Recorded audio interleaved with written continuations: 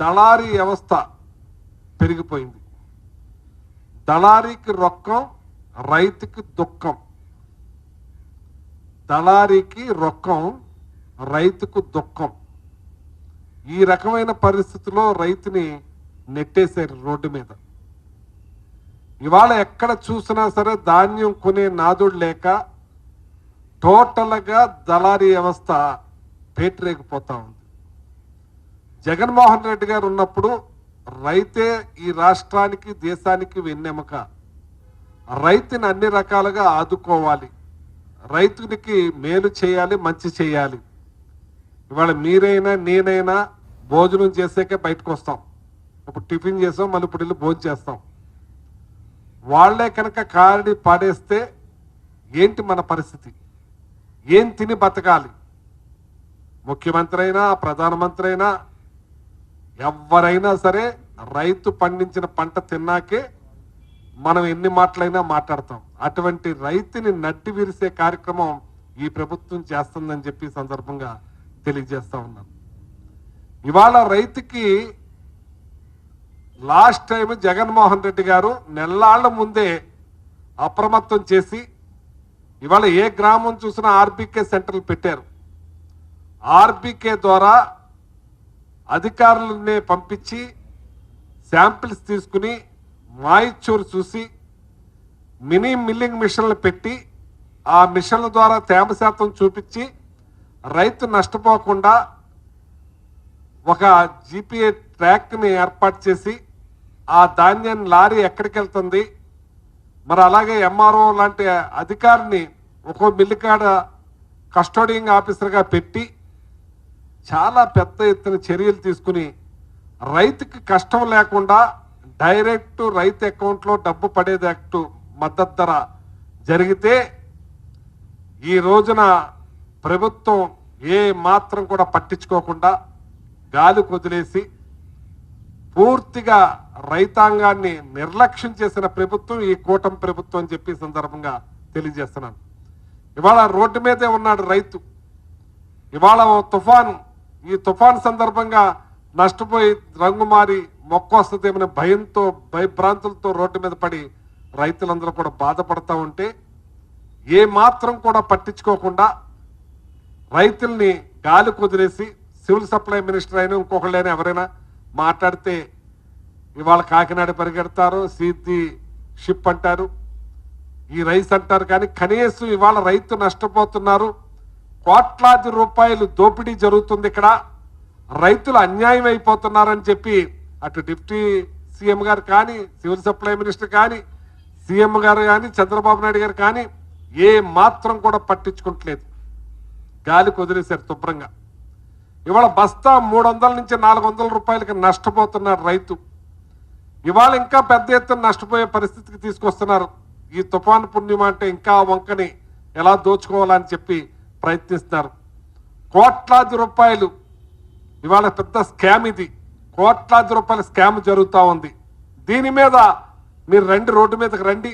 Deputy CM గారు, మరి civil supply minister గారు, చంద్రబాబు నాయుడు గారు, మీరు రైతులని ఆదుకోండి.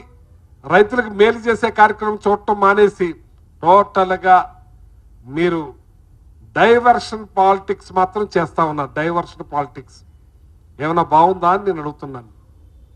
ఇవాళ జగన్మోహన్ రెడ్డి గారు ఆ రోజున ప్రతి ఒక్క ఇష్యూలోనూ కూడా తుఫాను వచ్చినప్పుడు కూడా ప్రతి జిల్లాకి ఒక ఆఫీసర్ని, ఐఏఎస్ ఆఫీసర్ని ధాన్యం కొనుగోలు విషయంలో శ్రద్ధ తీసుకుని ఒక్క బస్తా కూడా లేట్ అవ్వకుండా స్పీడ్గా ఎలా ఇవ్వాలి, మరి మిల్లింగ్కి ఎలా పంపించాలి, రైతుకి ఇబ్బంది లేకుండా చూడాలి. రంగు మారిన ధాన్యం, మొలకెత్తిన ధాన్యం, ముక్కైపోతున్న ధాన్యాన్ని కూడా దగ్గరుండి రైతుకి నష్టం లేకుండా మరి మిల్లర్స్తో మాట్లాడి ప్రతి ఒక్కటి కూడా ప్రభుత్వం చర్యలు తీసుకుని రైతుకి ఇబ్బంది లేకుండా చేసిన ఘనత గత ప్రభుత్వం జగన్మోహన్ రెడ్డి గారికి దక్కుద్ది. ఎన్ని రకాల మీటింగ్లు పెట్టేవారు ఆయన, ఎప్పటికప్పుడు అధికారులను ఆదేశించేవారు. ప్రతి ఒక్క రైతుని కూడా అలర్ట్ చేసేవాళ్ళం.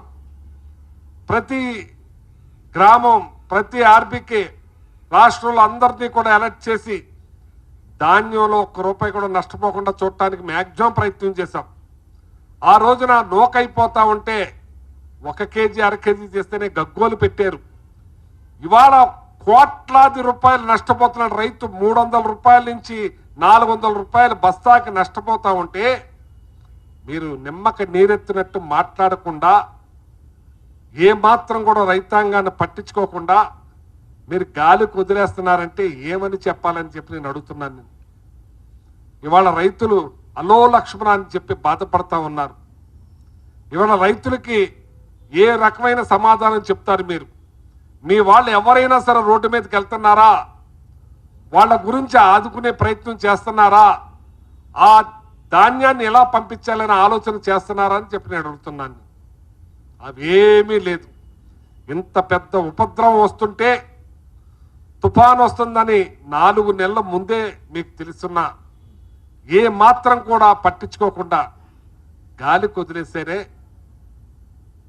ఎలాగా ఈ రైతాంగం ఎన్ని ఇబ్బందుల పాలవుతున్నారు? ఎంత ఆరుగాలం కష్టపడి ఈ పంటను పండించి మీరు ఏదైతే 20,000 రూపాయలు రైతు భరోసా కింద ఇస్తానన్నారో అది ఇవ్వకపోయినా అప్పులు పాలై అతను పంటలేసి కనీసం నోటికాడొచ్చిన పంటని నోటికి అందించకుండా ఇవాళ దళారులు రాబందుల్లా లాక్కుపోతుంటే ప్రభుత్వం నిమ్మక నీరెత్తినట్టు ఏమీ మాట్లాడకుండా ఉందంటే ఏమనాలి మిమ్మల్ని అని చెప్పి సందర్భంగా తెలియజేస్తున్నాను.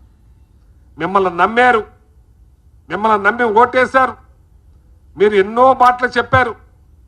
ల్యాండ్ టైటిలింగ్ యాక్ట్ అని చెప్పారు, మోసపూరితమైన మాటలు చెప్పారు. జగన్మోహన్ రెడ్డి గారు ల్యాండ్ అని తాకట్టు పెట్టేస్తారని చెప్పారు. అన్ని అబద్ధాలు చెప్పి రైతులకు మేలు చేస్తాం, మంచి చేస్తామని చెప్పి ఇవాళ కనీసం రైతులు ఊసెత్తకుండా, మరి ముఖ్యమంత్రి గారు ఇప్పటికైనా సరే ఒక మీటింగ్ కూడా పెట్టలేదే, 4 రోజుల్లో తుఫాన్ వస్తుంది కదా అని చెప్పి ఆలోచన కూడా చేయలేదే, ఏమని నేను అడుగుతా ఉన్నాను. నేను ఇవాళ రైతులు ఎక్కడ చూసినా ఇవాళ ఈస్ట్ గోదావరి కానీ, ఉమ్మడి పశ్చిమ గోదావరి కానీ, ఉమ్మడి కృష్ణా జిల్లా కానీ కిలోమీటర్ల లెక్క విజయవాడ నుంచి బందర్ వరకు ధాన్యం రాసులే. ఏ